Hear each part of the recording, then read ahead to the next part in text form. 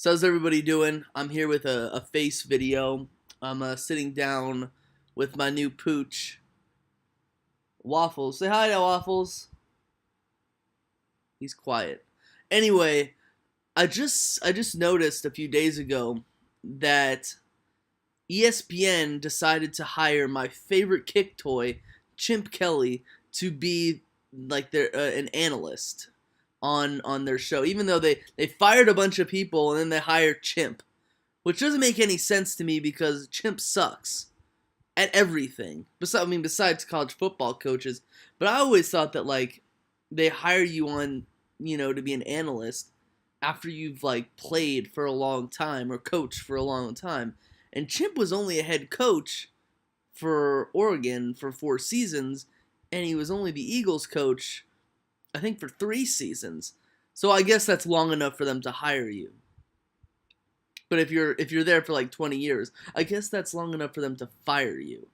So I saw that and I was thinking to myself, what was the worst move that Chimp ever made for my Philadelphia Eagles?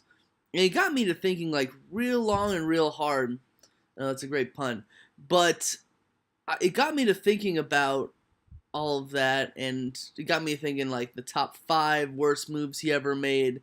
And I just don't have enough time to talk about the top 5 moves. So my personal opinion when it comes to Chimp, the pinnacle of the pinnacle move that was the worst move he ever made. I'm going to explain my way out of this. I didn't choose the Deshaun Jackson cutting because even though I personally believe he had a lot to do with that, I don't think that was. There's no 100%, thought in my mind that he was the one who initiated it. There's no 100% thought that he was the one who made up the rumors about Deshaun Jackson. It's just a horrible when that happens and you cut a guy because you can't even trade him for a 7th round draft pick. There's no thought in my mind for why that actually happened or how that actually happened. It's just bad. It's bad front office work all the way around, right? You could also say, well, the trading of LaShawn McCoy for Kiko Alonso. You could say, well, that was the worst move. Well, looking into it, it was a bad move because what you're basically doing is you're trading away an all-pro running back at the start of the decline of his career for a guy who was the defensive rookie of the year 2 years previous, and he just had an ACL, MCL injury, which it's going to take a long time for him to come back from. But due to the fact that Kiko played very well, and it's commendable to him that he played very well in Miami, I'm willing to let that pass because here's the thing. When you're looking at it, and the whole Jeremy Maclin thing too, he wanted more money. And I don't think that it was, I think he was looking for $13 million and we were only offering 11. To me, I think Chimp had the right idea knowing that you weren't going to have Deshaun, LaShawn, and Jeremy Maclin on the same team for very long. That's obvious. You're going to have to pay him too much. At that point in time, receiver and running back aren't even the most important positions on your team because you might have to pay a quarterback, you might have to pay a defensive lineman, you might have to pay a cornerback, you might have to pay a safety. And those players take up a lot more caps or need to take up a lot more cap space than a trio of receiver running back thing. So the number 2 move to me, and me personally, is the signing of Byron Maxwell, right? I'll do like number 2, number 1. The reason why Byron Maxwell is because he came from a team, the Legion of Boom, where they had Richard Sherman, you had Cam Chancellor, and you had Earl Thomas, 3 very good players in their own mindset or their own league. But you had Byron Maxwell, who was only like a 1-year starter that year. Like, not a first-year player, but he was kind of like a first-year starter. 2013, he wasn't, I don't think he was a starter on that team. And in 2014, he was. And he was aided very much from that team. And at the end of the day, he didn't obviously didn't pan out the way we wanted him to. Now, like Kiko, it's possible that he just didn't fit the system. In Miami, he did play a lot better, as well as Kiko did as well. But we just didn't have a good defensive system set up, and he definitely wasn't worth the amount of money that we paid for him.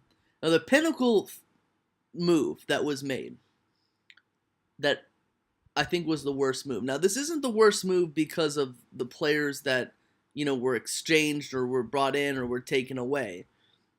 It's a monetary thing. Now, right now, the Eagles are having cap problems, and you can target their cap problems from not only the Byron Maxwell move, but also the move to bring Nick Foles and I believe a second-round pick, which we're still reeling. I think we're still reeling from a second-round pick or something like that. Nick Foles and a second-round pick to at the time St. Louis Rams for Sam Bradford. Now, when you look at that move on the outside, Nick Foles is not the perfect quarterback. As much as I praise him, he's not the perfect quarterback. But when you're looking at everything on the outside, Nick Foles for Sam Bradford was a trade that never needed to happen at all. Because what you're doing is you're trading a young prospect who has a lot of success under the under the current regime, and you're basically trading him for a guy, a former first-round draft pick who never panned out, who was consistently injured, who had previously missed the previous season because of a preseason injury. Now, you're trading that for a guy who's not durable. Now, let me say this right now. Sam Bradford is a very talented player, okay? He's not a great... But he is a guy kind of like Alex Smith who can be a game manager. He's not going to win games for you, but I also feel like he's not going to lose games for you. And, of course, the durability reason. Now, you could have had Nick Foles going throughout the 2015 season, and the team still could have gone 7-9. I still don't feel like the Eagles would have been any worse with Nick Foles on the team rather than Sam Bradford.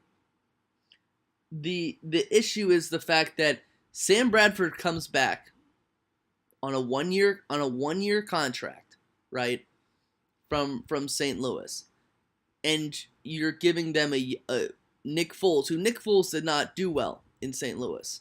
Okay, for whatever reason, he did not do well there. I can extrapolate, I can make excuses for him because I like him, but the issue is you're trading you're trading a quarterback for a quarterback. Sam Bradford was expected by Chimp to be like the next guy, but he wasn't. He didn't play any better or any worse than Nick. I could actually say that Nick Foles played better than Sam Bradford. And at the end of the day, you end up trading Sam Bradford the next season. So it's like wasted money. Also, Sam Bradford was $18 million, and Nick Foles was probably only going to be like $11 million. So at the end of the day, the bads outweigh the goods in that situation. I guess the only positive about the Sam Bradford move is that we were able to get a first-round draft pick from Minnesota. That's like the only positive aspect. There is not a certain point. People will always say, and I'll end this video with this point. People always say, Sam Bradford helped us get Carson Wentz. Well, I mean, in any way possibility, that is true because Chimp got fired. But at the end of the day, he could have gotten fired with Nick Foles too. You don't know. He could stay with Nick Foles, which, could throw my whole thing out the window.